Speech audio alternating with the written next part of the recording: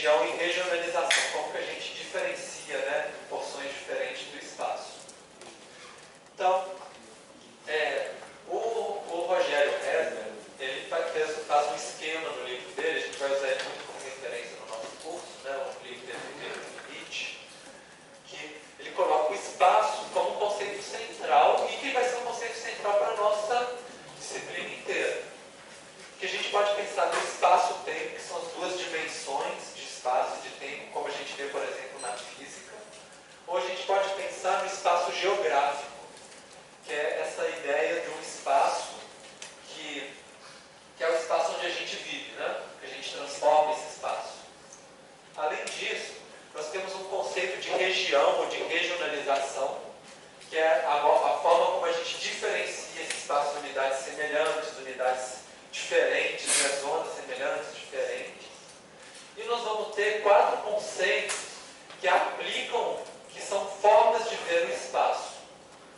Uma é o território, que é o espaço, né, que tem a ver muito com poder, entre as relações de poder, que é o tema principal da disciplina. E também tem o lugar, que é o espaço que a gente vive, a paisagem, que é o espaço como representação, e o ambiente, que seria o espaço como relação entre a sociedade e a natureza. Nós vamos ver esses 3 temas mais na aula que a gente vai ter depois, na semana que a gente vai ter depois do Carnaval. E depois, no restante da disciplina, a gente vai ver principalmente o conceito de território.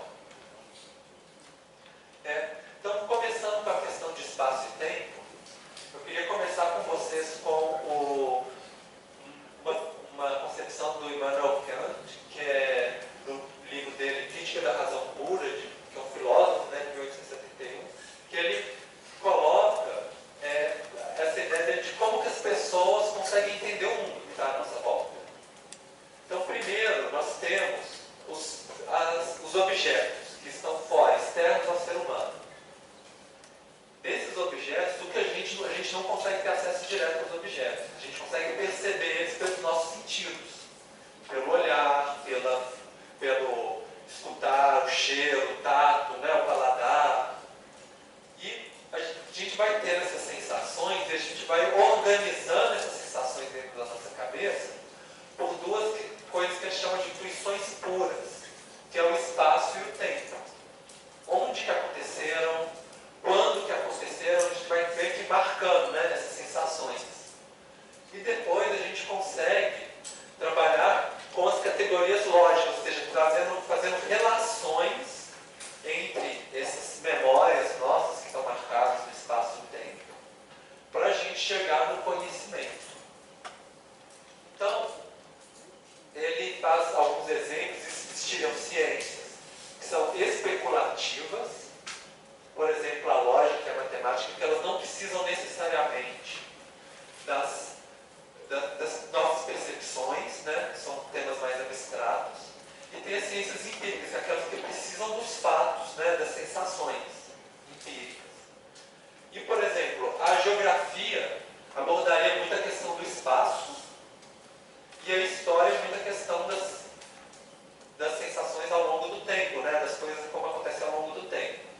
E ele cita o exemplo da física como uma ciência que trabalha de uma maneira seria equilibrada, né, como um exemplo mais didático de coisas no espaço e no tempo, analisadas de uma maneira lógica, matemática, para chegar no conhecimento físico, por exemplo. Né? Não que a geografia e a história não façam também raciocínios lógicos, né? Mas é mais ele mostrando um pouco a predominância de cada elemento, assim, né? Que ele está ao longo dessa linha de raciocínio dele. O Kant, além de ele ter sido um filósofo muito importante, ele foi um dos primeiros professores de geografia também nas universidades na Europa. E ele colocava assim, que, apesar de existirem ciências específicas, né, química, biologia, física, psicologia, ele falava no livro de geografia dele que o espaço é um bom locus interdisciplinar para a gente conseguir fazer um diálogo interdisciplinar entre as ciências. Porque a gente pega um fenômeno no espaço e consegue investigar com a biologia, com a química, com a psicologia, com a sociologia, com a antropologia, né? E aí gente consegue fazer um diálogo entre ciências, fazer uma síntese dessas diversas ciências para um determinado lugar, ou para um determinado fenômeno no espaço, por exemplo. E é interessante, vocês estão no bacharelado, né, interdisciplinar, pensar nessa possibilidade, né, que vocês estão vendo, tendo várias disciplinas, vocês podem pegar uma região no espaço, um local, um objeto no espaço, e trabalhar ele de diferentes maneiras. Né? Bom, então nós vamos começar com o conceito de espaço absoluto. A ideia de espaço absoluto é um espaço que a gente consegue definir com coordenadas. Então a gente pode falar assim, se tem um objeto, um ponto, uma localização, e a gente consegue dar a latitude, a longitude e a elevação dela, por exemplo, dentro da Terra, né, no caso, a gente consegue sempre localizar que isso acontece ali, exatamente naquele local. Então, no caso tridimensional, né? Olha assim, tantos 2 metros abaixo do nível do mar, latitude tal, longitude tal. Aí você mergulha lá no mar, achou o local que você estava procurando, achou um tesouro, por exemplo. Né? Então, um exemplo de uso do espaço absoluto é quando a gente tem um mapa, está lá no celular, lá usando o celular, e acha que a casa tal, o palácio tal, fica na coordenada tal e tal. A gente está usando só o bidimensional, não está usando a elevação, mas é um exemplo, né, de achar um local no espaço por meio de uma referência absoluta. E o outro local fica em outra coordenada, o outro local fica em outra coordenada. Né? É o espaço absoluto. Além do conceito de espaço absoluto, a gente tem o conceito de espaço relativo, que é o espaço tendo como referência uma pessoa. Então, por exemplo, a gente tem aqui, o pessoal está indo para a praia e vê uma placa, praia a 30 quilômetros.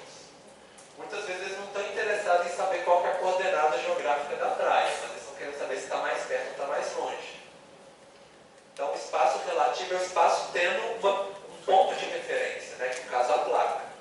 E é lógico, se eles mudarem, o carrinho andar e encontrar uma outra placa, para eles, para a referência deles, o espaço muda também.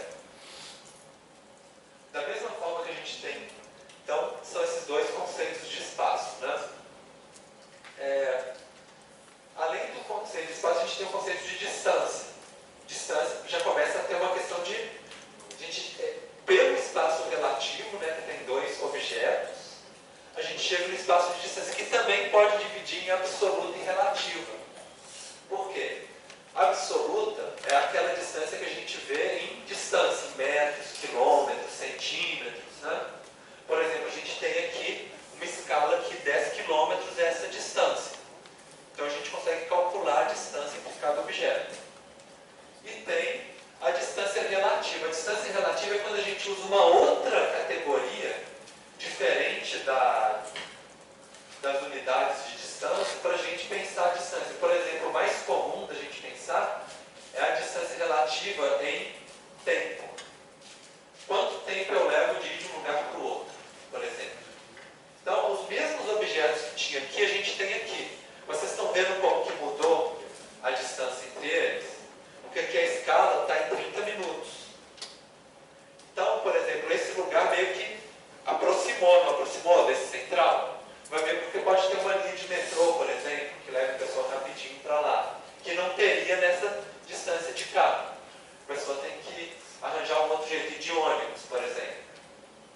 Então, essa ideia da distância relativa é muito assim, essa ideia que a gente pensa que as coisas estão mais próximas, porque a gente consegue chegar mais rápido. É por isso que a gente sente mais próximo da gente. Né? E outro conceito de espaço importante é o de espaço geográfico, que é essa ideia que é o espaço resultante das relações entre o ser humano e o ambiente. Ou seja, aquele espaço que a gente modifica, que a gente consegue trabalhar, né? Que ao longo do tempo a gente vai modificando, a gente vai vivendo nesse espaço. E como a gente está falando disso, da gente modificar, da gente viver, a gente olha para o espaço e a gente vê que ele está carregado de história. A gente olha para alguma coisa que está no espaço e a gente pensa, foi alguém que no passado construiu aquilo, modificou isso. E aí a gente chega nesse conceito do espaço legado, do espaço como herança, que a gente recebe, quer a gente goste, quer a gente não goste do que a gente está recebendo, né?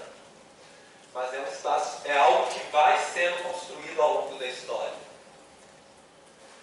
E para a gente pensar um pouquinho nisso, tem eu coloquei esse mapa que é um esquema simplificado de como que foi ampliando o espaço geográfico ao longo da história. Então ele mostra assim, quais são as áreas que são muito transformadas pelo homem ao longo da história, e aquelas que antes permaneciam naturais, né? Semelhantes aqui, como se o homem não tivesse ocupado. Então até mais ou menos 1500 antes de Cristo, não, depois de Cristo, né? Seriam essas áreas mais escuras do mapa, Europa, sul da Ásia, né? Um pouquinho da América Central, os Incas, os Aztecas, né? Que eles já transformavam esses ambientes bastante até 1500. Depois, até 1950, a gente tem essa outra faixa mais cinza escura no mapa, né? Que vai ocupando com as colonizações, né? Que teve o período das colonizações e foi ampliando a modificação do espaço. Depois, até 2000, praticamente quase todo o globo. E fica as únicas áreas que até 2000, mais ou menos, no ano 2000, não tinham muitas transformações do ser humano, não eram muito dominadas pelo ser humano, ficaram os desertos, né? Oriente Médio, Saara, um pouquinho aqui na Austrália, que são áreas que ainda tem muito pouca transformação do ser humano no espaço. Isso era mais para a gente pensar como que essas áreas foram se ampliando, né? O domínio humano do espaço foi se ampliando ao longo do tempo. E esse outro mapa, ele é uma outra forma da gente ver que é a porcentagem de modificação da paisagem pelo ser humano hoje. Então, quanto mais escuro, mais é modificado pelo ser humano. E quanto mais verde, mais próximo seria dos ecossistemas naturais, né? Sem transformação pelo ser humano. E quanto mais verde escuro, né? No caso. Verde claro, menos, né? Mas o verde escuro são os mais naturais. Aí a gente vê como que a Europa, né? O sul da Ásia e o leste dos Estados Unidos já são praticamente totalmente diferentes do que seriam os ambientes naturais. Praticamente todos transformados. E a gente tem poucos ambientes que ainda são mais, por exemplo, naturais, né? Os desertos, igual a gente tinha visto no mapa anterior, um pouquinho da Amazônia, né? Também, que ainda, mesmo tendo um pouco de modificação, ainda tem algumas áreas naturais também. E algumas áreas mais geladas também, né? Que ainda são pouco ocupadas, as florestas boreais também, perto das áreas mais congeladas também.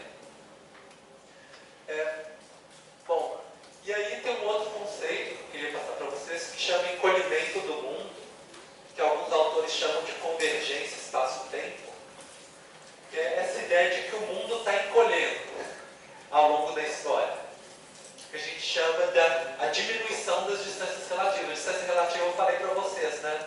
Que é quando a gente pensa que as coisas estão ficando mais próximas, porque a gente desloca mais rápido, a gente tem mais facilidade de acesso, né?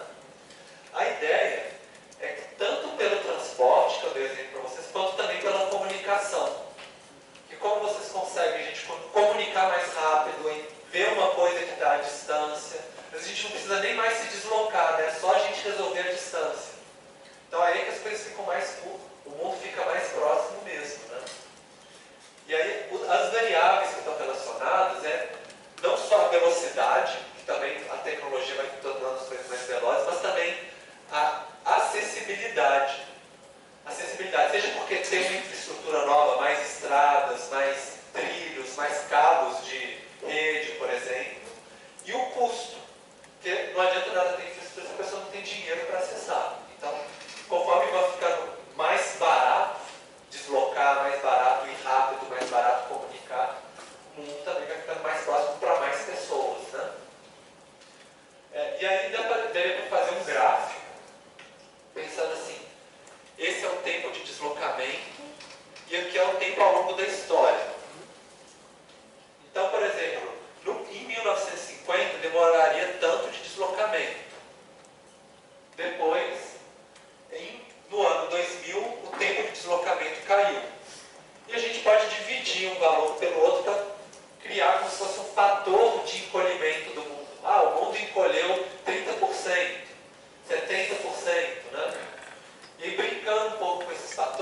chega mais ou menos nesse tamanho do que está acontecendo com o mundo. Em 1800, de 1500 a 1840, as pessoas viajavam a cavalo, né? Andavam de barco a vela. Depois, quando saiu o navio e trem a vapor, né, na Revolução Industrial, colheu, ficou mais rápido. Depois, apareceu o avião, ficou muito mais rápido de deslocar. O jato, né? Depois. E com o cyberespaço, que às vezes não precisa nem mais se deslocar, né? Você faz tudo de casa, então o mundo já vai ficando encolhidinho.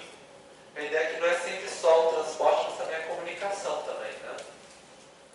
E esse é um cartograma do que a gente chama de encolhimento do mundo.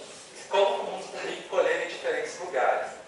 Esse mapa ele foi feito pensando assim, qual que é o tempo que demora para a gente chegar na cidade de 50 mil habitantes mais próximo. Então, os lugares que você consegue ir rápido para uma cidade, eles estão encolhidinhos. E os lugares que demoram muito, eles estão ampliados. Então, a gente vê, por exemplo, na Groenlândia, é muito difícil você chegar em uma cidade rápido. Você tem que ir de trenó, né? Com um cachorrinho lá te puxando e tudo. No deserto da Mongólia, lá no Tibete também, no Himalaia, também é difícil o deslocamento, né? Até na Amazônia, no Saara, também não é tão fácil, você vai de barco, né? Agora, chega na Europa, nos Estados Unidos, que está aqui embaixo, porque aqui em cima é o Canadá, né? Onde também tem mais gelo, menos infraestrutura de deslocamento. Mas até aqui no sul da América Latina também, também aqui no Japão e na Índia, no cantinho aqui, está tão encolhidinho, né, que parece que o mundo já está pertinho as coisas umas das outras, né? É um pouco para dar essa ideia que esse encolhimento do mundo também ele é desigual no espaço, né? Dependendo de onde a gente está. Mas ele vai encolhendo aos poucos, é a tendência. Bom, aí a gente vai fazer mais uma atividade. Eu vou passar para vocês uma música do Gilberto Gil, chama Parabólica Mará. Eu vou passar para vocês a música e vocês vão escrever de uma maneira sucinta como que uma reflexão de vocês sobre a relação que as pessoas têm com o espaço e o tempo nos dias de hoje. Para vocês interpretarem bem a música, tem duas informações que eu preciso dar para vocês. Primeiro, o saveiro que ele fala na música é esse barco aqui, não é o carro saveiro, tá? É um tipo de barco, a vela que usa para pescar, tá? E ele faz uma referência na música a uma outra música do Dorival Caymmi que chama Jangada Montou Só. Que a letra da música é assim: a jangada saiu com Chico Ferreira e bem, a jangada voltou só. Com certeza lá fora algum pé de vento, a jangada voltou só. E o restante da música ele conta da saudade, né, dos amigos que desapareceram, que não voltaram na jangada.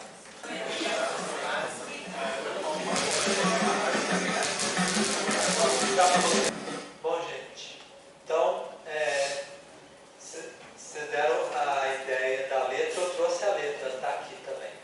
Mas aí eu vou dar uns 5 minutinhos para vocês, para vocês escreverem a reflexão de vocês então, tá bom? A gente pode continuar um pouquinho mais, né, na aula. Eu queria, como a gente falou do grande, do pequeno, né, a gente pensar que quando a gente está trabalhando com espaço, a gente está trabalhando com escalas diferentes também. Então a gente pode partir desde a escala do bairro, da nossa casa, e crescendo, né, para a cidade onde a gente mora, o estado, o país, a região do mundo, o planeta Terra como um todo, né, se a gente está pensando no espaço geográfico. E a gente pode focar, né, estudar com mais detalhes, em uma dessas escalas, que é um pouco a ideia que vocês vão fazer para o trabalho do canal de vocês. Vocês vão escolher alguma perspectiva, seja do globo até a casa de vocês, e trabalhar com mais detalhes, né? Apesar disso, a gente tem que entender que existem relações que a gente chama de interescalares. Muito nessa ideia assim, a gente escolhe uma escala que a gente vai focar o nosso estudo, né? Por exemplo, a nossa escala de estudo, mas existem fenômenos acontecendo em escalas mais amplas e também fenômenos que estão muito, que se a gente chegasse com uma lupa maior, né, onde a gente está estudando, tem várias coisas acontecendo lá, mas que a gente não é o nosso foco no momento, né? Normalmente, a escala de estudo é onde a gente tem, por exemplo, a gente faz um mapa, a gente tem dados estatísticos para a gente caracterizar, igual vocês fizeram um trabalho para a aula que era para entregar para a aula de hoje, vocês coloriram o mapa com dados estatísticos, né? Mas a gente pode pensar que tem alguma coisa ocorrendo para além do estado de São Paulo, por exemplo, né? Que vocês fizeram o mapa do estado de São Paulo. E que essas coisas mais amplas, elas podem criar condições, podem criar restrições para o que está acontecendo na escala que a gente está estudando. E da mesma forma, mesmo que a gente não tenha dados, informações para as escalas mais detalhadas, a gente sabe que, na verdade, existem essas coisas que estão acontecendo nos detalhezinhos que ajudam a explicar por que o que a gente está estudando tem essas características também. Então, existem relações tanto com o mais amplo quanto com o mais detalhado, né? Só então, para dar um exemplo parecido com o que vocês fizeram, por exemplo, se a escala de vocês é a renda per capita dos municípios de São Paulo, do estado de São Paulo, que aí talvez alguns dos grupos tenham utilizado essa variável, né? Pode ser outro também. A gente pode pensar, por exemplo, que a economia mundial ela pode afetar a renda dos municípios de São Paulo. Uma crise, um crescimento, ou então valorização de certos produtos e desvalorização de outros produtos, por exemplo, né? Vai afetar a economia dos municípios. E da mesma forma, os mecanismos explicativos poderiam ser as atividades econômicas dentro de cada município. Que a gente não entrou nesse detalhe de o que estava acontecendo de cada município, mas a gente sabe que alguns têm mais indústrias, outros têm mais agricultura, outros têm mais vegetação nativa, e que isso vai acabar influenciando esses padrões, né, de uns terem mais renda do que os outros. Então é um pouco da gente pensar nessas relações, né? Bom, quando a gente está trabalhando com a interpretação do espaço, tem duas perguntas que sempre vêm na nossa cabeça. Uma é o seguinte: quais áreas que são homogêneas? Por exemplo, quando a gente quer descobrir áreas semelhantes nos mapas. Então, que áreas, por exemplo, que têm o mesmo tipo de uso do solo? Que áreas que são de agricultura, que áreas que são urbanas, que áreas que são de vegetação nativa, né? A gente quer achar o que é semelhante, né? Ou a gente pode pensar assim, que áreas que são diferentes, que o semelhante a gente costuma chamar de geômeros ou de topologia, e os diferentes de geópolis ou corologia, né? Porque, por exemplo, a gente tem duas cidades que têm solo urbano, né? Mas o que diferencia essas cidades? O que elas têm de diferente entre si? Então, esse jogo de achar o que é semelhante e o que é diferente vai estar sempre em jogo, né? Vai estar sempre na nossa cabeça na hora que a gente for interpretar. Outra coisa que você deve ter visto no texto, né, começaram a ver no texto de leitura, é a questão dos fixos e fluxos, que foi algo que foi muito trabalhado pelo Milton Santos. O fixo são aqueles objetos que estão construídos, né, nos lugares, que eles não mexem. As obras, né, os prédios, às vezes a rua. E os fluxos são as ações, mas que elas também acontecem no espaço. Pode ser os fluxos de pessoas, de transporte de mercadoria, de capitais, de informação. E uma coisa que o Milton Santos trabalhou bastante é assim, esses fixos, por exemplo, eles não estão distribuídos aleatoriamente no espaço. Tem um motivo para um estar perto dos outros, estar longe dos outros, né? Da mesma forma, as ações, elas não acontecem assim independente umas das outras. O fato de ter um fluxo de pessoas indo em uma direção, fluxo de mercadoria em uma direção, de capital indo na outra, que está pagando pelas mercadorias, né? Existe uma coordenação entre esses fluxos. Essas coordenações é o que a gente chama de sistemas. Tem os sistemas de objetos, por exemplo, a gente tem uma casa e uma indústria e uma rua ligando até chegar na indústria. São objetos. Tem um motivo, né, disso. E o motivo também das ações, né, que eu expliquei para vocês estarem conectadas umas às outras. E além disso, a gente tem as relações entre os objetos e as ações. O fato de ter uma rua, uma estrada, é porque tem uma ação de gente circulando lá também, né? Está conectado as duas coisas. Então, a gente começar a ver as conexões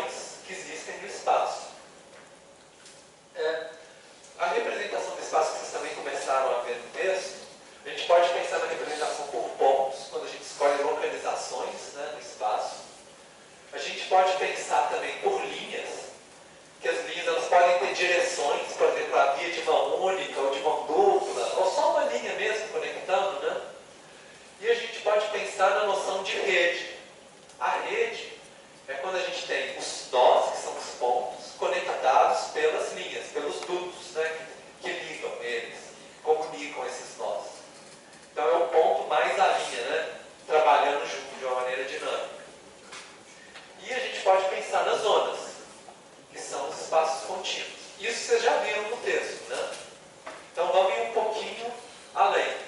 Porque a gente pode pensar nas zonas como malhas, ou que seriam redes muito densas.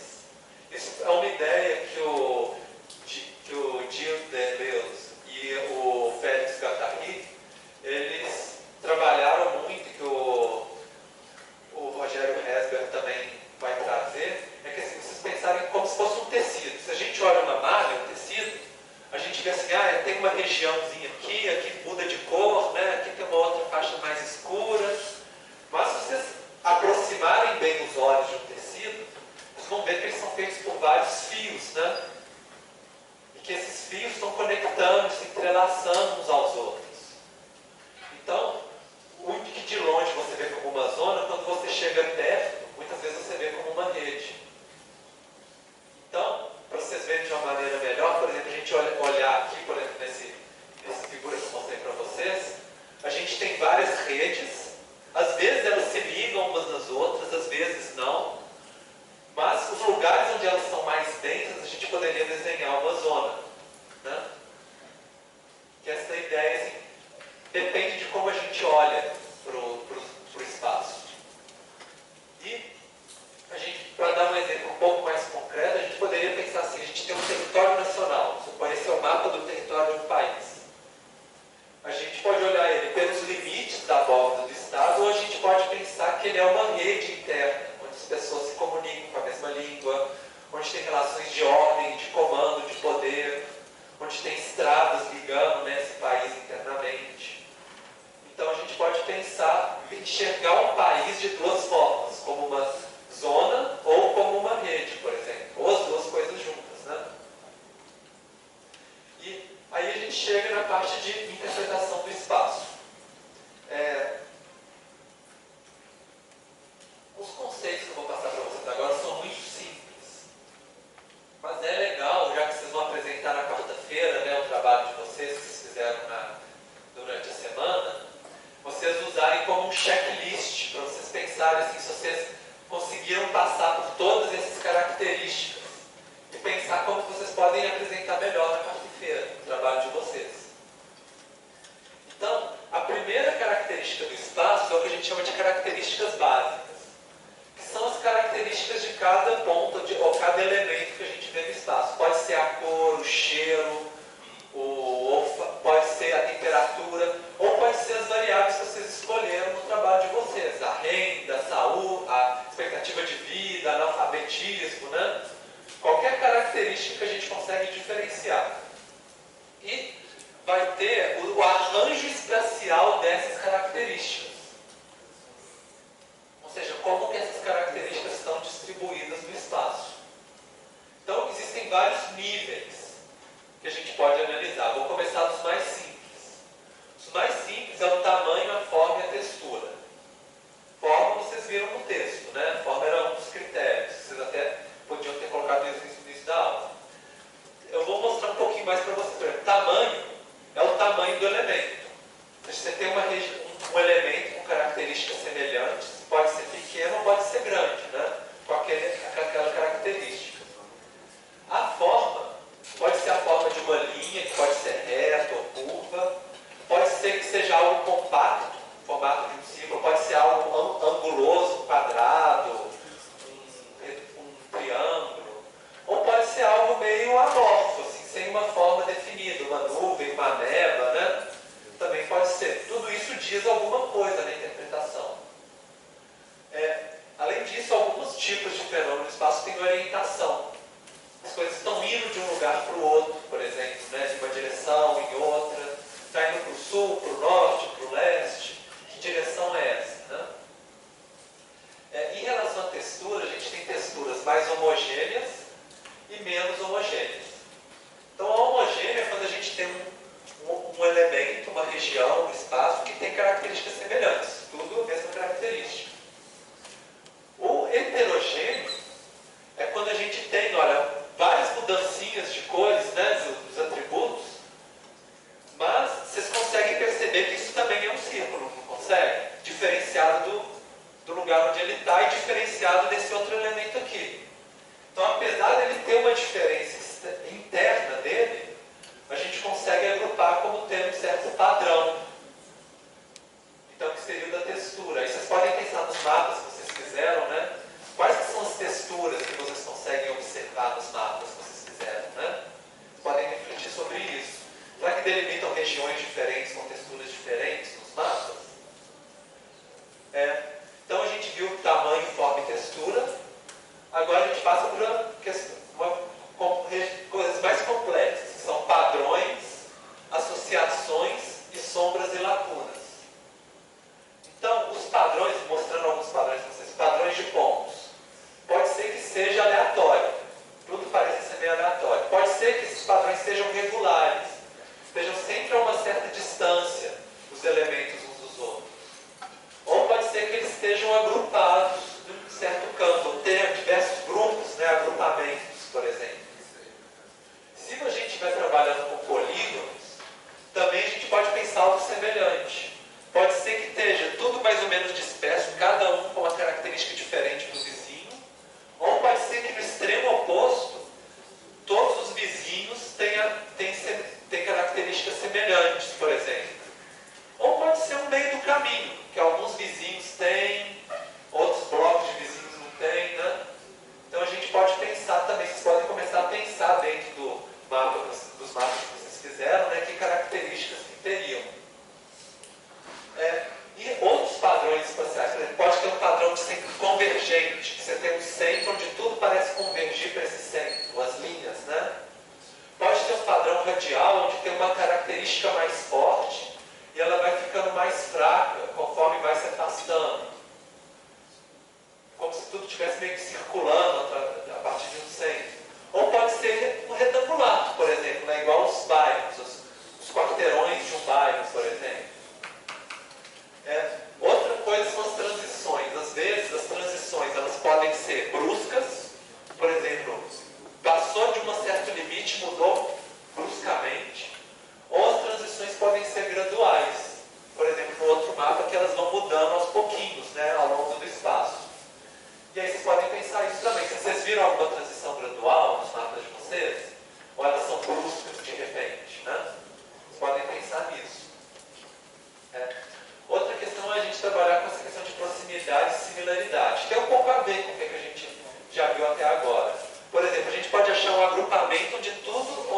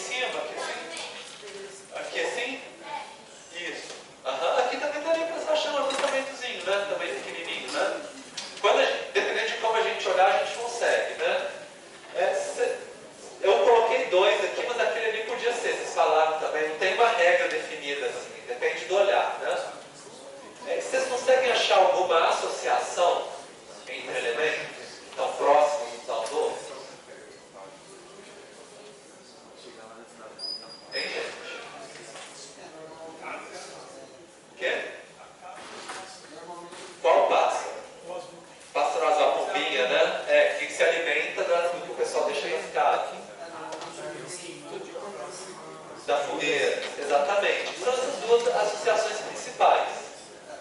Era mais para a gente brincar um pouquinho com esses conceitos, tá? E aí, assim, pensando nos padrões, já colocando um mapa mais próximo do que vocês fizeram no trabalho de vocês, né? Aqui tem um mapa que mostra, do lado direito, né? Não, esquerdo, vocês que estão vendo, né? Os municípios que produzem mais cana-de-açúcar e laranja e os municípios que produzem mais batata e feijão, né? E aí eu circulei algumas áreas do mapa. São áreas que a gente olha e a gente consegue achar que pode ter um certo padrão. Da mesma forma, poderia ter delimitado um pouquinho diferente, né? Depende da interpretação. E aí mostrando para vocês assim, que tem algumas áreas que produzem muito, batata e feijão, muita cana-de-açúcar e laranja, né? Mas eu circulei também uma área lá embaixo, que é o Vale do Ribeira, né? E que ele não produz muito de nenhuma das duas. Mas se você olhar, ele tem uma característica mais ou menos homogênea, né? Mesmo que seja baixa ou média, né? Porque quando a gente delimita as zonas, a gente normalmente tende a olhar onde está mais concentrado. Mas a gente também pode olhar onde está menos, onde tem uma característica média, mas que tem uma homogeneidade, ou uma certa textura diferente. Tem várias maneiras da gente delimitar e de descrever. Tá? Era um pouco isso que eu queria trazer de interpretação para vocês. A questão das sombras, por exemplo, quando a gente olha de uma paisagem, uma visita de campo, ou às vezes numa imagem de satélite, que também olha meio de lado, né? Muitas vezes tem porções do espaço que a gente não consegue ver. Aí eu dei um exemplo aí de uma montanha, né? A gente consegue ver a perspectiva de um lado e não consegue ver o outro lado da montanha. Eu coloquei tanto num desenho vertical, quanto olhando por cima, quanto uma imagem de satélite real, né? E aí, o que a gente imagina que existe na área de sombra? Alguém tem uma ideia? Oi? Não, é porque a gente não consegue ver. Normalmente, a gente tende a pensar que tem a mesma coisa do lado da montanha que a gente está vendo, né? A gente vê um lado e acha que o outro lado tem uma característica semelhante, dos dois lados. Nem sempre isso acontece, né? Mas a gente tende a interpretar desse jeito. A gente tem que interpretar pelo que está próximo, pelos padrões, né? Olha aqui, um círculo aqui do lado de cá, acho que vai ter um círculo do lado de cá também, né? Então tenta completar na nossa cabeça. Da mesma forma, quando a gente às vezes tem um mapa, às vezes a gente não tem informação de todos os lugares. Então eu coloquei aqui para vocês um exemplo de um mapa das medições de agrotóxicos, de tipos de agrotóxicos que são encontrados nos rios dos municípios. Então os lugares mais escuros são os lugares que têm mais agrotóxicos, mais tipos de agrotóxicos. E o vermelho, até chegar no amarelo, que tem menos tipos, né? E esses que estão em cinza são os lugares que a gente não tem informação. E aí, como é que a gente tenta imaginar o que tem nesses lugares que não tem informação? Se a gente olha um que está aqui num lugar bem escurinho e tem um município aqui que não tem informação, a gente tenta achar que ele vai ser escurinho mesmo, porque a região lá está bem ruim, né? Se acha um aqui que está num lugar onde tem menos, a gente tende a achar que está num lugar onde tem menos. A gente tenta fazer um pouco essa ideia da vizinhança, né? Mas também a gente pode pensar assim, essa região aqui que não tem informação nenhuma, vai ver porque não tem nem gente direito, né? Então não deve ter nem agrotóxico direito, talvez, né? A gente também pode tentar pensar, ter outras relações de por que não tem informação, né? E tentar refletir um pouquinho. Pode ser, só que sempre vai ter uma incerteza. Pode ser que a gente ache que é uma coisa e não é, porque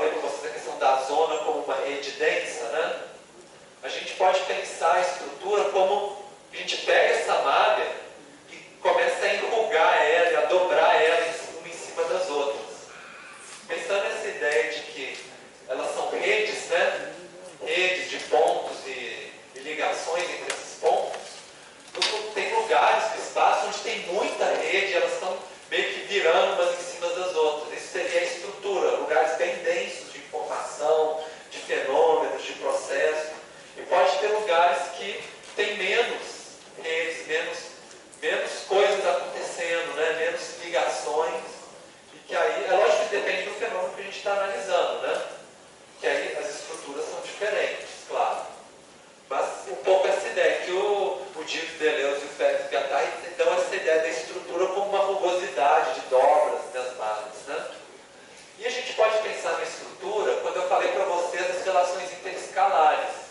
Lembra que eu falei para vocês que tem os componentes da nossa área de estudo, que são as coisas que são tão detalhadinhas que a gente não consegue analisar, né, que a gente não tem dados?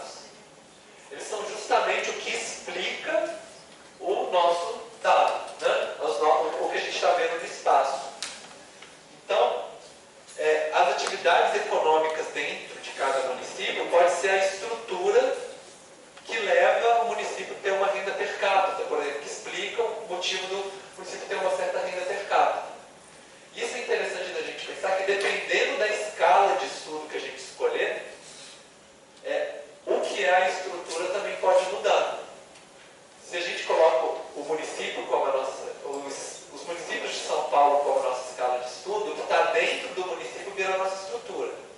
Mas se a gente pegar, por exemplo, os países do mundo como a nossa escala de estudo, então os estados, os municípios passam a ser a estrutura, né, que a gente não está analisando, mas que ajudam a explicar. A gente pega o município, às vezes as pessoas, as casas, né, estão lá vivendo, são a estrutura que está acontecendo lá. Mas é muito detalhado para a gente chegar naquele nível, né? Mas se a gente souber informações, mesmo que não sejam espacializáveis, a gente consegue explicar melhor o que está acontecendo. Tá? Em relação aos processos, pensar algo mudando ao longo do tempo. E aí, para ilustrar isso, eu trouxe para vocês um mapa de expansão urbana, onde a gente tem as áreas cinzas, que são as áreas urbanizadas, num certo tempo, e as áreas, elas tendem a ser urbanizadas de mais perto de onde é urbanizado para fora, e também para onde tem estrada, né? Perto de onde tem as estradas. Então, onde está em roxo seriam as áreas que vão sendo urbanizadas primeiro, depois vai ficando branco, depois as áreas brancas, e por último as áreas que estão em verde.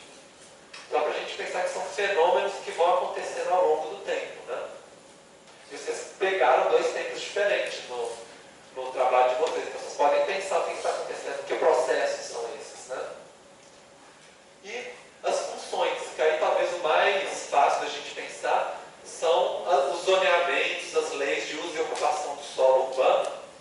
Que aí tem um exemplo aí do município de Itaipulândia, né, o bairro de São José de Itáo, onde a gente tem, por exemplo, em verde, são as áreas residenciais. O cantinho roxo ali é indústria, né, áreas industriais. Os vermelhinhos são os comércios. O azul escuro são as áreas institucionais, por exemplo, prefeitura, escola, polícia. E o azul claro são os conjuntos habitacionais. O branco são as áreas agrícolas. Então, vocês veem que como que cada espaço de um bairro, de uma cidade, ele vai adquirindo certas funções. Função para morar, para trabalhar, para conseguir receber um serviço, comprar.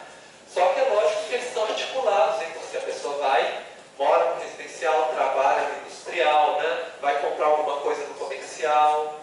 Então, a gente pode pensar nessas funções que os elementos, as estruturas do espaço vão recebendo também.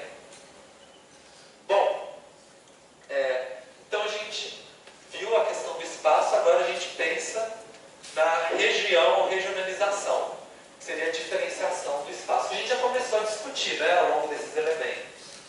Eu queria mostrar para vocês dois focos diferentes, né? Primeiro, assim, pensando de onde que vem a palavra região. Vem de regio, né, que são as regiões administrativas do Império Romano, do latim, né, que é um império muito grande, e eles dividiam em regiões, colocavam alguém para cuidar de cada região, para administrar de forma diferente, e eles não delimitavam essas regiões à toa, assim, ao acaso. A ideia que eles tinham, que o Vidal de Lablache, que foi um geógrafo francês da escola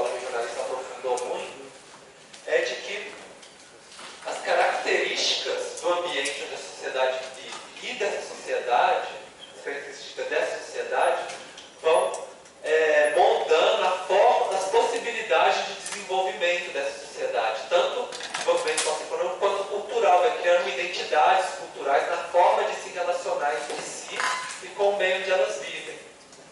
E aí a ideia era criar regiões administrativas que batessem com essas identidades culturais, com essas formas de relacionar umas com as outras ou com o território. Para dar um exemplo para vocês, vamos supor que a gente tem o mesmo mapa, só que representado de 4 maneiras. No mapa a gente tem tipos de solo diferentes. O mesmo lugar a gente pode dividir em tipos de clima diferentes. E também tipos de vegetação diferentes. Ou em regiões étnico-linguísticas diferentes, pessoas que falam que eram de diferentes etnias, que conversam entre si, então essas não conversam com essa, por exemplo, né? Se a gente sobrepor todas essas divisões, a gente chegaria em algo mais ou menos assim. E aí a ideia é que ao longo do tempo, cada regiãozinha dessas pessoas iam se desenvolvendo de uma maneira diferente e criando uma identidade própria. E que aí o melhor seria fazer as regiões administrativas dentro dessas zonas. Essa que seria a ideia. Só que essa visão do Vidal de Labarche tem uma outra visão que teve, principalmente um outro geógrafo, o Richard Rachel, que ele achava assim, olha, existem milhões de informações sobre um ambiente, sobre um território. Dependendo de quais você pega e de qual que são o seu objetivo de regionalizar, você pode fazer regiões totalmente diferentes umas das outras. Então, para ter um exemplo para vocês, aqui é o Brasil regionalizado por condição socioeconômica. Renda, questão de saúde, educação, né? A gente tem Brasília como sendo o melhor, isolado, lá pequenininho. Depois São Paulo, o estado de São Paulo. Depois o vermelhinho, não, desculpa, o rosa, né? Aqui Rio de Janeiro, Minas Gerais e Sul. Depois o Centro-Oeste, Espírito Santo, alguns outros estados. E os que estão piores em azul. Essa podia ser a regionalização do Brasil. Só que o IBGE fez desse jeito aqui, né?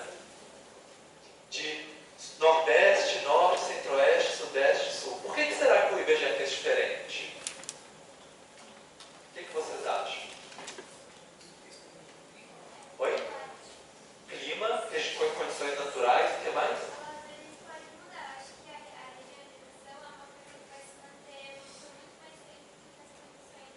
Olha, na verdade, ao longo do tempo o IBGE já mudou essa regionalização já. Mas está certo que pode procurar coisas mais estáveis, né? Pode ser uma dessas possibilidades. Igual você falou, o clima, por exemplo, é mais estável. Mais alguma outra ideia, gente? Os biomas. Regiões, certo, vegetações naturais, tem a Amazônia aqui, a Caatinga, né? Que inclusive é mais estável também. Mais alguma outra ideia? É que não usou aqui. Que está usado aqui. Mas assim, atividades econômicas em si.